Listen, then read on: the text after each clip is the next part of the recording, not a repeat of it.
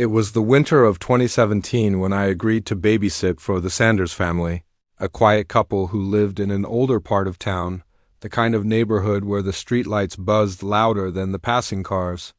They had one child, Lily, a quiet 6-year-old with wide eyes and a head of curly dark hair. I was a freshman in college at the time, broke, and trying to make ends meet. They found me through a local babysitting service, and the offer was too good to pass up.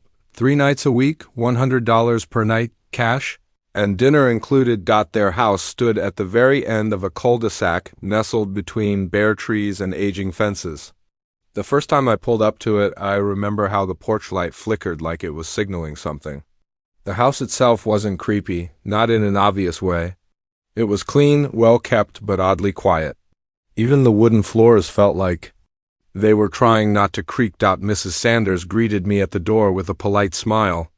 She had that tired but graceful look some mothers have, like she'd been running on empty for years but knew how to hide it. Mr. Sanders was quieter, nodding at me from the hallway before helping Lily into her coat.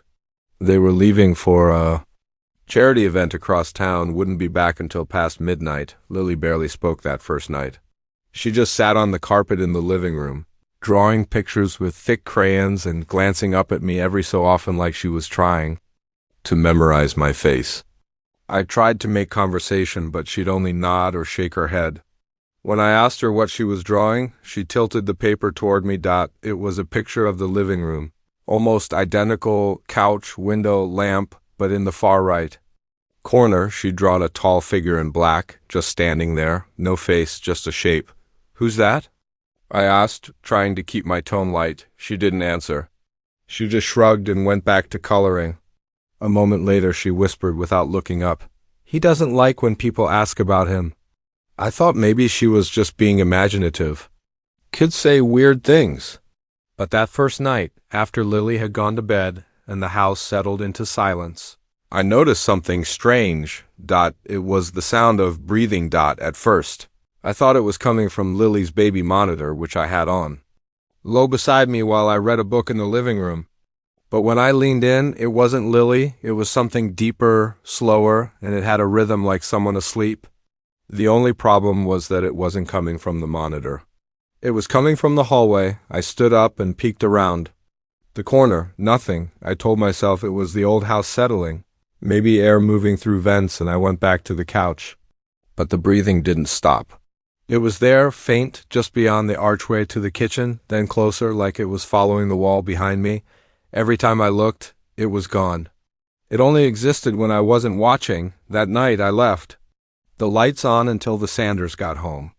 They didn't ask, and I didn't tell. The second night was worse. Lily had warmed up to me a little. She asked if we could play hide-and-seek after dinner. I agreed, thinking it would help her open up. I counted to 30 in the living room and started searching. She wasn't under the couch or in the closet or behind the curtains. I checked her bedroom, the bathroom, even the coat closet. Nothing. Then I heard her giggle from upstairs, but the Sanders house was 1 story. There was no upstairs. I froze. I didn't know what to do. The giggle had come from above the ceiling, right above the living room. I thought maybe they had an attic, though they'd never mentioned it. I walked slowly toward the hallway, checking for a ladder or pull-down steps. There was nothing, just a flat ceiling and a small air vent. And then I heard her voice again, whispering, "I'm not Lily." I ran back into the living room, heart pounding, unsure if I was losing my mind. I called out to Lily, trying not to sound scared. A moment later, she came walking calmly out of the kitchen, holding a juice box. "Found you," she said. Smiling, I asked her where she'd been, but she just looked confused, hiding behind the fridge. She hadn't gone upstairs, but I knew what I heard. That night, after she fell asleep, I decided to check the house again. I looked through every room, every cabinet, every crawlspace. That's when I found the hatch. It was hidden in the laundry room ceiling, a square outline with a thin rope tucked neatly against it. I hadn't noticed it before. I pulled it down. Dust and cold air fell as the ladder creaked down. I grabbed the flashlight from the kitchen drawer and climbed up slowly. The attic was mostly empty. Just insulation and beams, but there were footprints in the dust. Bare footprints, small, like a child's, leading in a circle around the attic floor. At the center of the circle, I found a crumpled drawing. It looked just like the one Lily had made, only this one had 5 tall black figures, not one. They surrounded a small figure in the middle, arms outstretched. The moment I picked it up, the attic door slammed shut below me. I scrambled down, heart racing, but the ladder was still there, unmoved. The door hadn't locked. There was no one else in the house. I didn't sleep that night. On the third night, Mrs. Sanders looked more exhausted than ever. Her hands trembled slightly as she handed me Lily's overnight bag. She thanked me quietly, then leaned in and asked if I'd noticed anything. Unusual. I lied and said no. She nodded slowly. Let us know if you do. Sometimes Lily talks to things. She's always done that. I didn't ask what she meant. I didn't want to know. That final night, Lily wouldn't go to sleep. She kept saying she was scared of the people behind the walls. When I pressed her, she said, "They only come out when the house is quiet. That's why I talk a lot." So they stay away? I tucked her in, left the hallway light on, and sat in the living room with every light blazing. Around 11:45 p.m., the lights went out. All of them. The hum of the refrigerator, the ticking of the hallway clock, everything stopped. The silence was sudden and complete, like someone had pushed mute on the world. Then the breathing started again, only this time it wasn't faint. It was behind me, and it wasn't one, it was several. Inhaling, exhaling slowly from multiple directions. The living room grew cold, freezing cold. I could see my breath. I turned around. There was nothing. Then the baby monitor crackled to life, and Lily's voice came through. "They're here." I ran to her room. She was sitting up in bed, eyes wide, staring at the far corner. When I turned to look, I saw them, shadowy figures, tall, impossibly thin, like vertical smears of smoke, just standing, watching. I grabbed Lily and didn't look back. When the Sanders returned, I told them I couldn't keep babysitting. I didn't give a reason. And they didn't ask. But the next day, I drove past the house one last time. The porch light wasn't flickering anymore. It was off. And at the window, Lily was staring out, not at the road, but up at the sky. And behind her, in the dimness of the room, I swear I saw a shape, tall, unmoving, just watching. I was 16, the first time I ever babysat for someone outside my family. The Mitchells had moved into the neighborhood recently. They were polite, maybe a bit reserved, and lived 2 houses down. When Mrs. Mitchell asked if I could watch their 6-year-old daughter one Friday night, I agreed instantly. I'd babysat my cousins plenty of times before, and the pay sounded great. The Mitchells' house was too quiet. That's the first thing I noticed. It wasn't big or creepy at first glance, but something about the silence was unnerving. Even when people weren't talking, you expect to hear the faint hum of a TV, the buzz of an old fridge, pipes clicking, but their house was still, like a vacuum. Their daughter, Emily, was sweet but unusually quiet. She didn't smile much, and she wouldn't speak unless I asked her something directly. She'd nod or shake her head, but her eyes were always shifting around the room, like she was watching something I couldn't see. Around 8 p.m., after dinner and a short cartoon, I told her it was bedtime. She didn't resist, just got up and walked to her room without a word. I followed her upstairs, tucked her in, and sat by her for a minute. Before I turned off the light, she whispered, "Don't open the closet." I froze mid-step. Why? She just stared at me. He doesn't like it? Who doesn't like it? But she didn't answer. She pulled the blanket up to her nose and turned to face the wall. I shut off the light and left the door cracked open. I went back downstairs and tried to distract myself by scrolling through my phone. But her words, "It doesn't like it," kept echoing in my head. Around 9:30, I heard footsteps upstairs. Light, quick ones. I figured she'd gotten up to use the bathroom. When I glanced at the stairs, I saw a small shadow dart across the landing. But it didn't come down. I called up, "Emily, do you need anything?" No answer. I walked up slowly. The hallway light was dim, casting long shadows against the wall. Emily's door was still ajar, exactly as I'd left it. I peeked in. She was asleep, blanket still pulled up to her face. The closet door was open. I know I didn't open it. I was sure it had been shut when I tucked her in. I slowly crossed the room and closed it without a sound. I didn't want to wake her. But I couldn't shake the feeling that something was off. The closet was dark pitch black. I stood there for a moment, expecting to hear something. A breath. A creak. Nothing. I went back downstairs, telling myself I was overreacting. Maybe Emily got up and opened it in her sleep. Kids do weird things. But 20 minutes later, I heard something again, like fingers tapping lightly on wood. I turned off the TV and listened. It was coming from the baby monitor. The Mitchells had a video, one black and white, low resolution, but clear enough. Emily was still in bed. But the closet door was open again, and something was moving inside. At first, I thought it was a trick of the light. But the shape was there, tall, almost reaching the top shelf. Its arms were long, bent at the joints in a way that wasn't human. I stared at the screen, frozen. Then Emily sat up. She looked at the closet and whispered something I couldn't hear through the static. The thing leaned closer. I ran upstairs. Her room was cold. I couldn't explain it. It was like walking into a freezer. Emily was sitting up in bed, crying softly. The closet door was wide open. But there was nothing inside, nothing I could see. I shut it hard and locked it from the outside with a chair. Emily clung to me and wouldn't say a word. I kept her with me downstairs until the Mitchells got home. When they arrived, I tried to explain what had happened. I expected disbelief, but they didn't look surprised. They looked tired, resigned. Mrs. Mitchell walked past me and headed straight upstairs. Mr. Mitchell just said, "Did she open the closet?" I nodded, confused. He sighed. "We told her not to." "That's the rule." I asked him what he meant, but he wouldn't say more. Just handed me an envelope of cash and thanked me for staying. I never babysat for them again. A few months later, they moved away, but sometimes I still dream of that closet. I see it in my own room now, just a little to the left of where it should be, and I hear tapping from the inside. Every time I try to open it in the dream, something grabs my hand. I haven't slept well since I was 17 at the time, trying to save up for a car by taking as many babysitting jobs as I could. I lived in a small Pennsylvania town where everybody knew everyone else, or at least thought they did.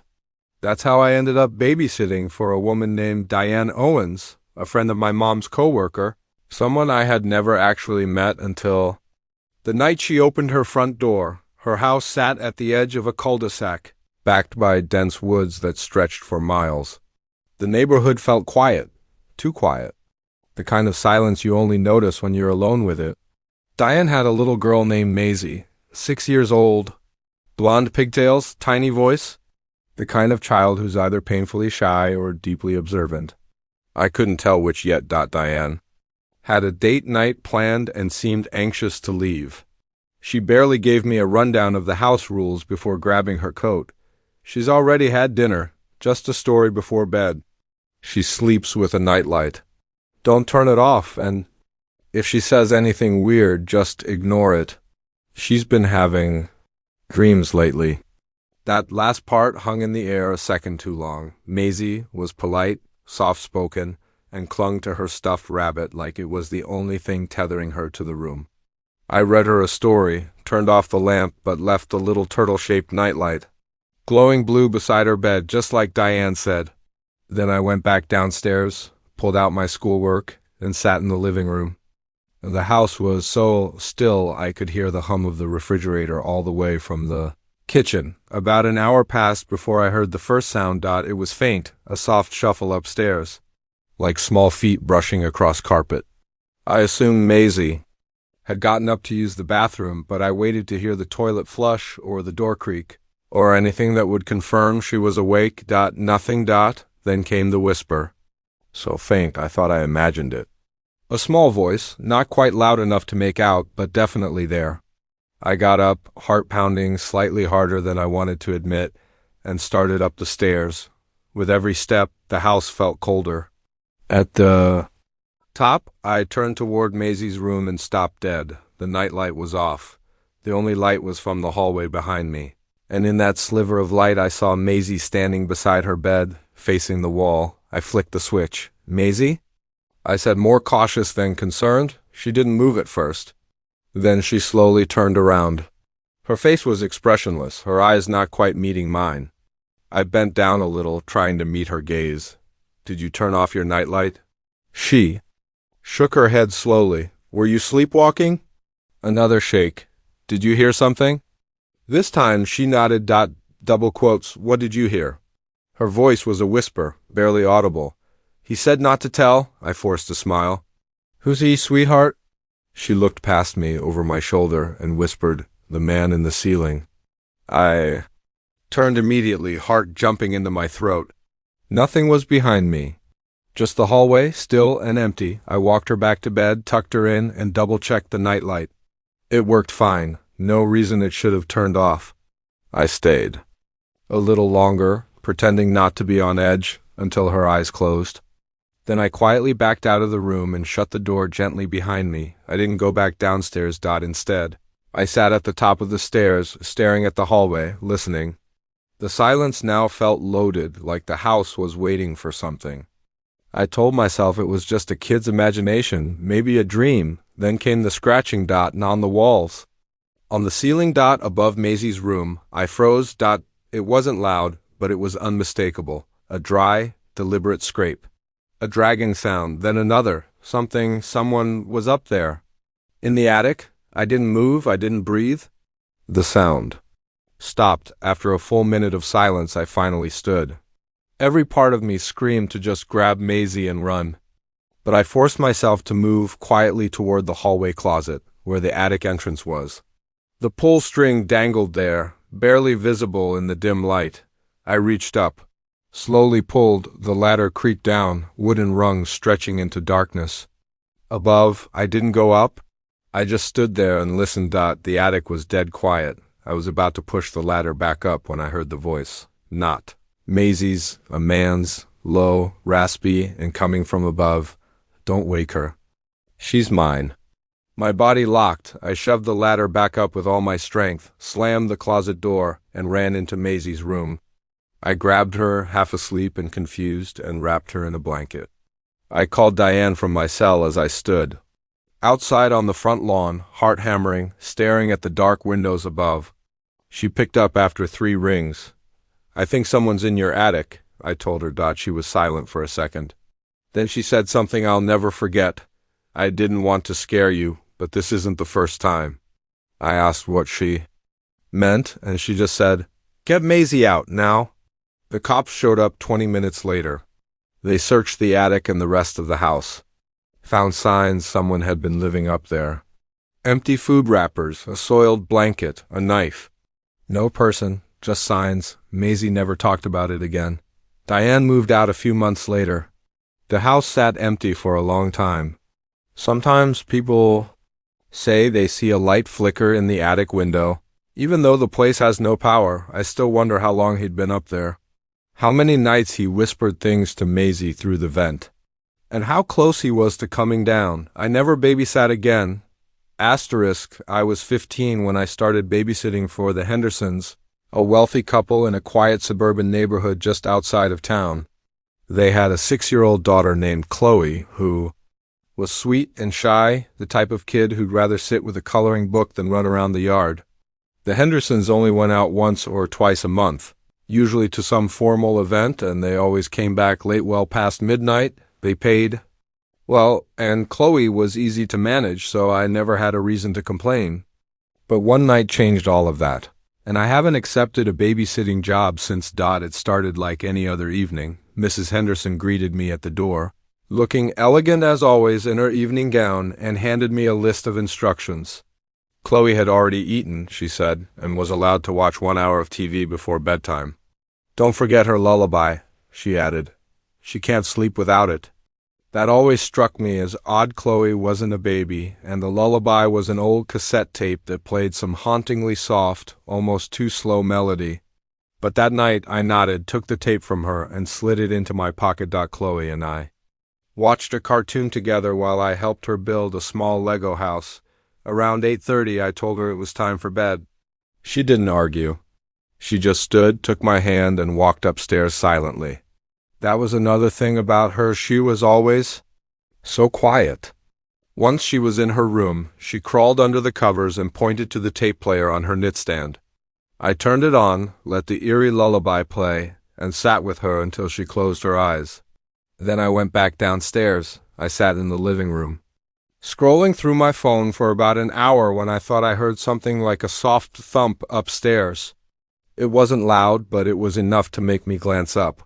At first, I thought Chloe might have gotten out of bed, but she wasn't the type to wander around at night.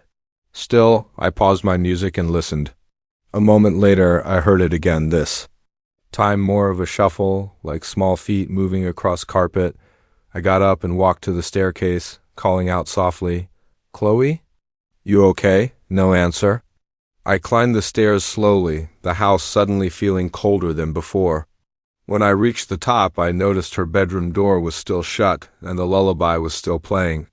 But the moment I placed my hand on the doorknob, the music stopped, just cut off mid-note. That sent a strange chill through me. I opened the door.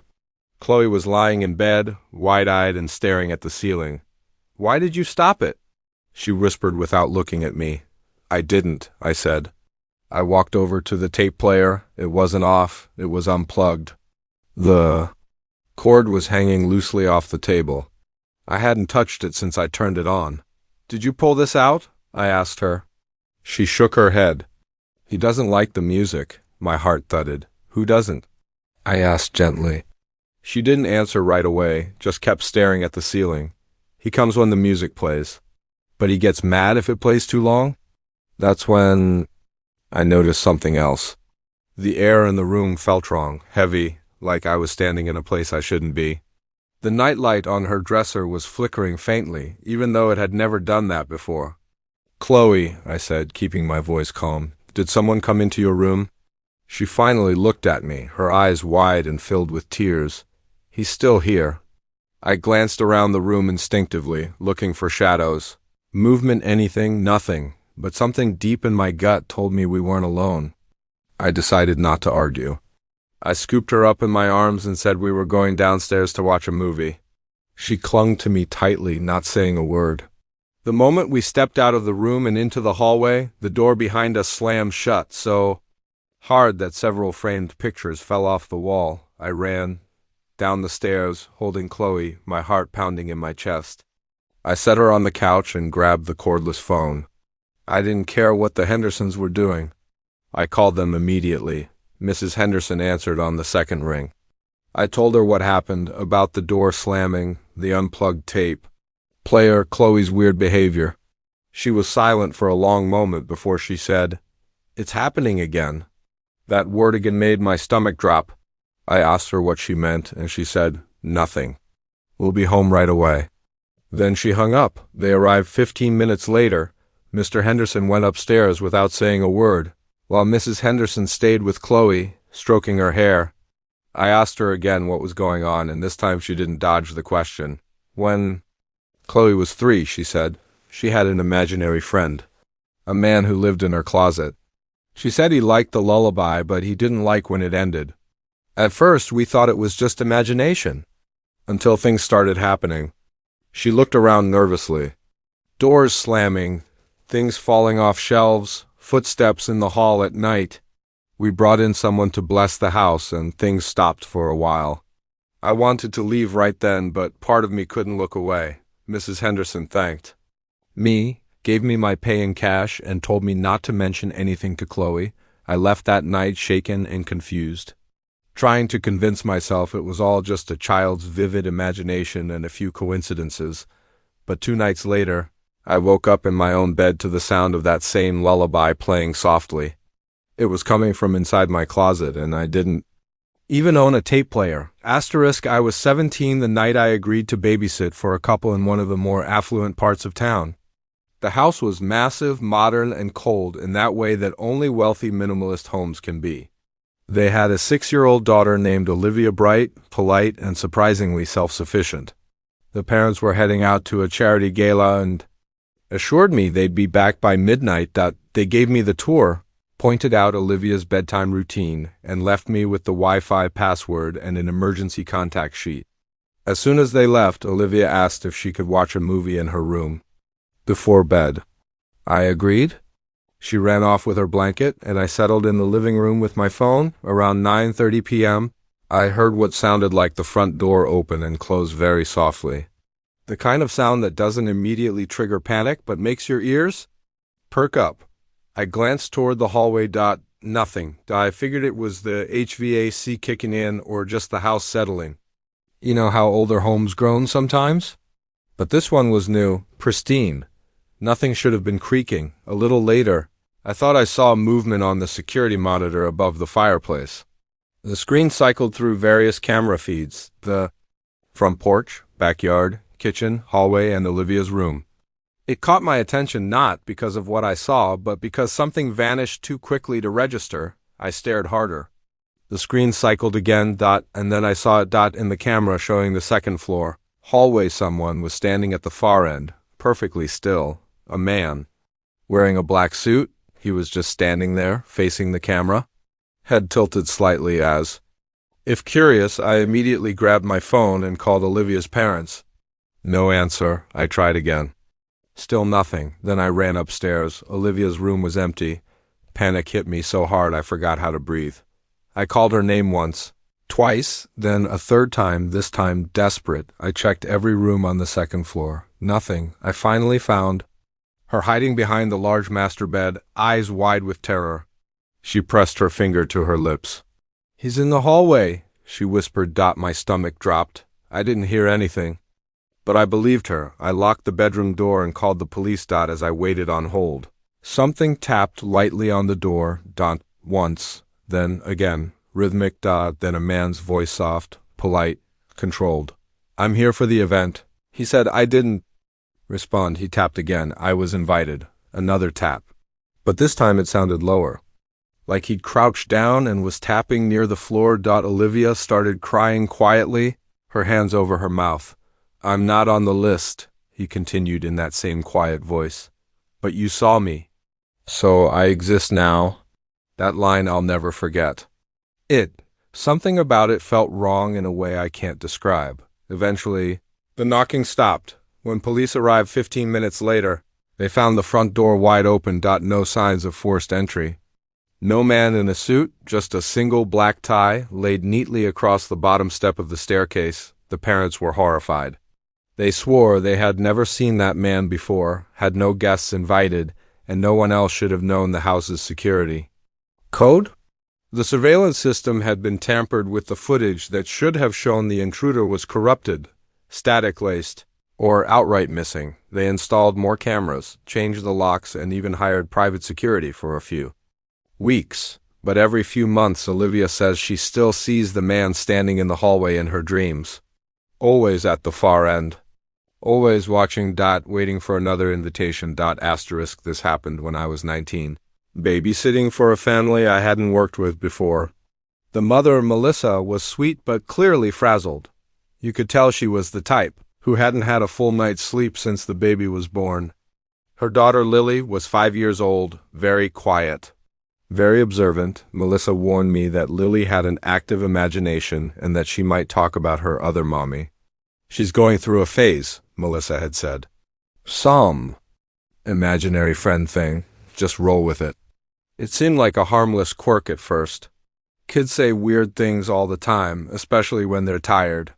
But something about the way Lily looked at me when she said it, it felt too serious.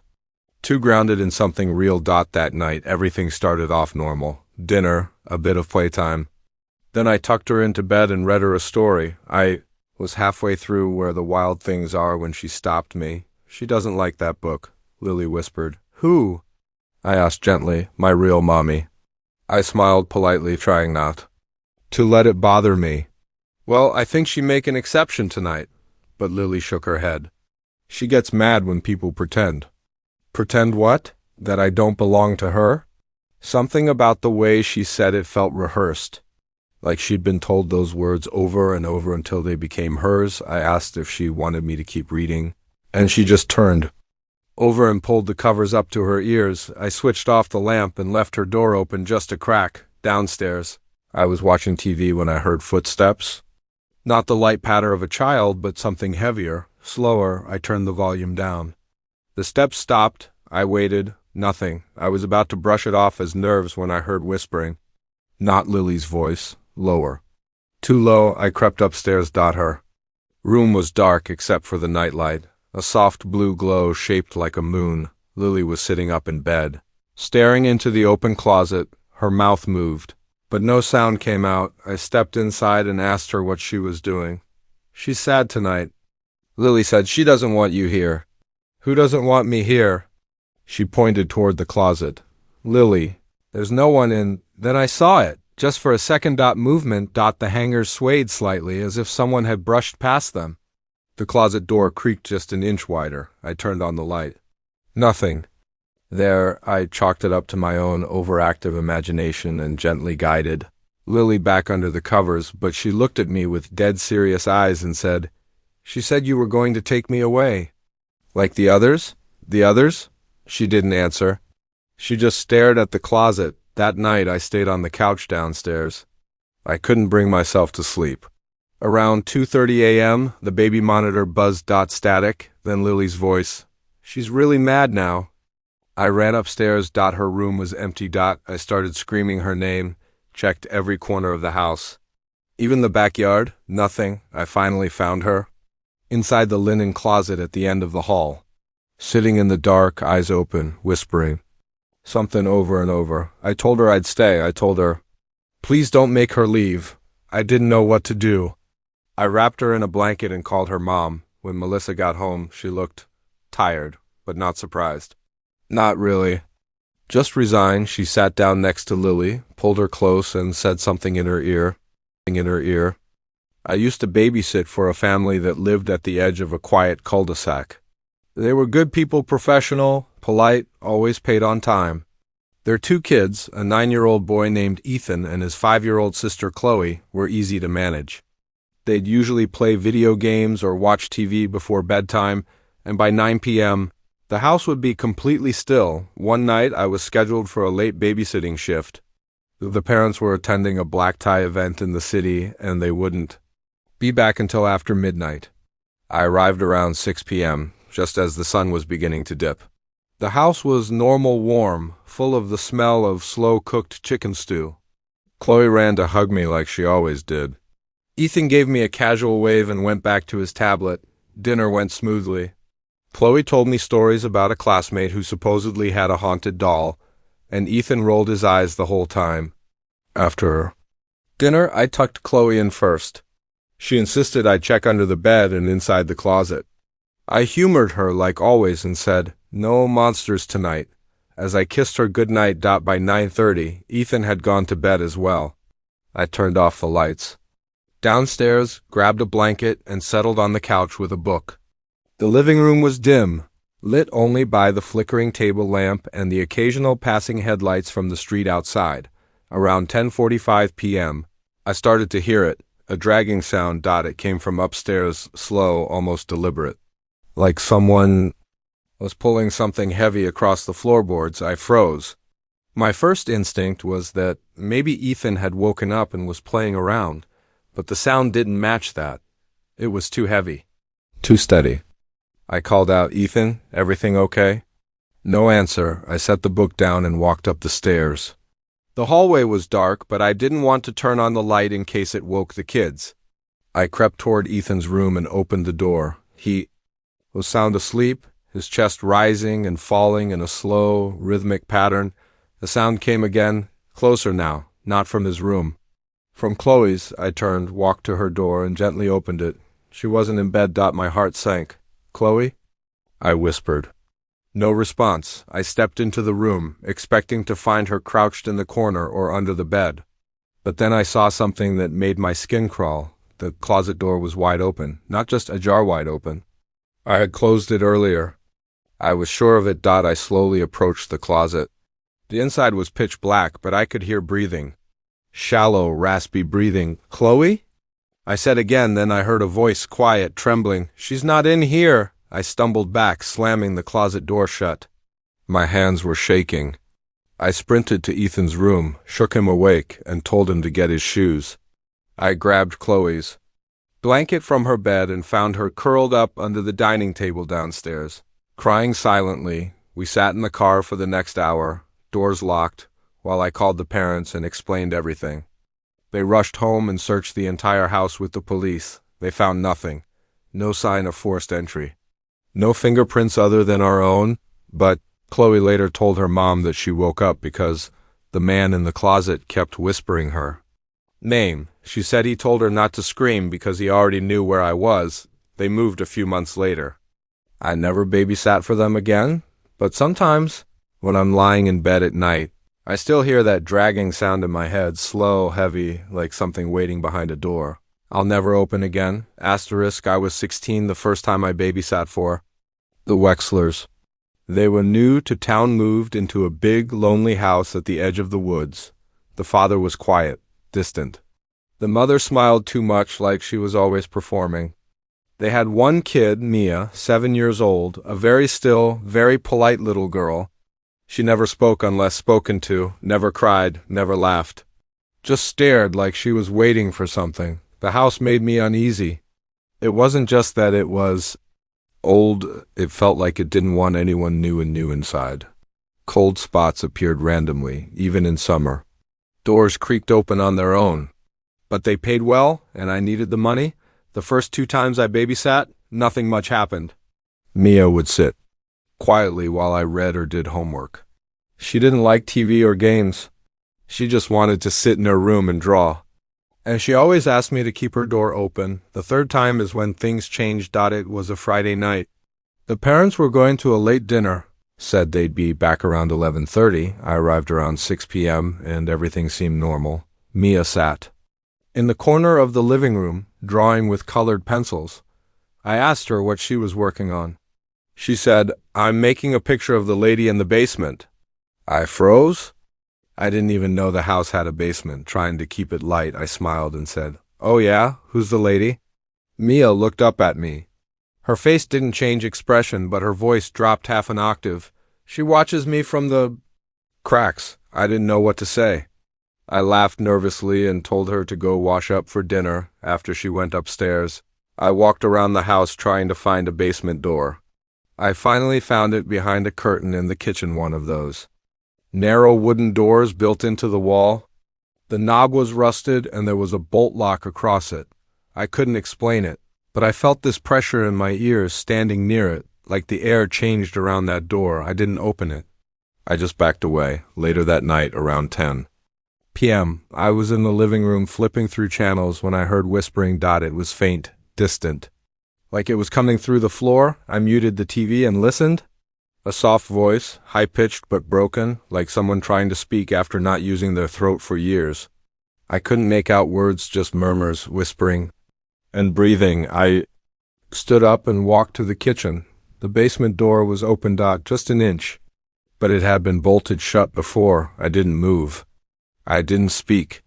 I just stared at that inch of darkness beyond the door, feeling like if I even breathed, something would look back at me. Suddenly I heard footsteps upstairs, light ones, running. Mia. I snapped out of it and sprinted upstairs. I found her standing in the hallway, facing the stairs. She looked terrified. "She's out," she whispered. I grabbed her hand and took her outside. We stood in the driveway, under the single flickering porch light, until her parents came home. I didn't tell them everything, just said the basement door was open and Mia got scared. I never went back. But 2 years later, I heard the Wexlers moved out overnight. A neighbor told my mom they left everything behind: furniture, clothes, even photos. The house sat empty for a while, then someone else moved in. Not long after, the new owner was found dead at the bottom of the basement stairs, broke his neck. They said he must have fallen.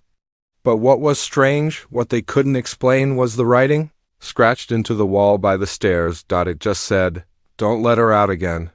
Asterisk, my last babysitting job was over 5 years ago, but I still think about it every single night. When I try to fall asleep, I've never told anyone the full story, not even my parents. They just think I stopped babysitting because I got tired of kids, but that's not the reason. The truth is a lot darker than I ever wanted to admit. It was a summer evening, early July, hot, humid, and heavy. I was babysitting for a woman named Lynn who lived a few streets over from my neighborhood. She was a single mom with two boys, Owen, age 8, and Tyler, age 5. She was nice, a little too scatterbrained, always rushing around like she was. 5 minutes late to everything. That night, she had to work an overnight shift at the hospital, and I was supposed to stay from 7 p.m. to 6 a.m. I had brought a book and a charger for my phone. I didn't think it would be a hard night. Owen and Tyler were both quiet and well-behaved. I'd babysat them once before. They mostly stayed in their room playing Legos. Right after Lynn left, I made the boys dinner and let them watch a cartoon in the living room. Around 9:15, I told them it was time to brush their teeth and get into bed. They didn't argue. Tyler seemed sleepy, yawning and rubbing his eyes, and Owen just walked upstairs like he'd done it 100 times. By 9:45, they were in bed, lights off, door cracked open. I was in the kitchen cleaning up when I heard footsteps upstairs. Not running or stomping, just walking. I assumed one of the boys had to use the bathroom. Then I heard the closet door in the hallway creak open, and then closed. Slowly, I paused, waited. No toilet flush. No running water. I went upstairs to check. The hallway was dark and silent. The closet door was shut. I peeked into the boys' room. They were both asleep, but something felt wrong. The hallway smelled like old wood and mildew, like something damp had been living in the walls. I didn't remember it smelling like that earlier. I tried to shake it off and went back downstairs. Around 11:30 p.m. I was on the couch half asleep when I heard it again, the same footsteps, but this time slower. Deliberate, coming down the stairs. I sat up. Owen? I called. No answer. I got up, turned the hall light on. The stairs were empty. I stood there, listening. Not a sound. I decided to check on the boys again. When I got upstairs, their bedroom door was wide open, and the boys were sitting up in bed, both staring at the same corner of the room. Owen looked at me and said in a flat, quiet voice, "He's under the house again." I asked what he meant. Tyler started crying. I turned the lights on and asked again. Owen looked at me, unblinking. He comes out when Mommy's gone. He said this time he's going to crawl all the way up. I felt ice crawl up my back. Who, Owen? Who, Owen? He didn't answer. Tyler just kept whimpering. I tried to keep them calm and tucked them back in, this time keeping the bedroom light on. When I stepped out, I heard something from the vent in the hallway. Not the AC. It sounded like breathing. Heavy, wet, ragged breathing. I knelt down slowly and leaned in toward the vent, and I swear on my life I heard whispering, not words. Just the sound of a voice, hoarse, struggling to say something that wouldn't come out. Then I heard something shift, metal clinking against metal, like fingers brushing against ductwork. I jumped back and slammed the hallway light on. The vent was still silent. I didn't sleep that night. I sat in the hallway with my back against the boys' door and stared at the vent until morning.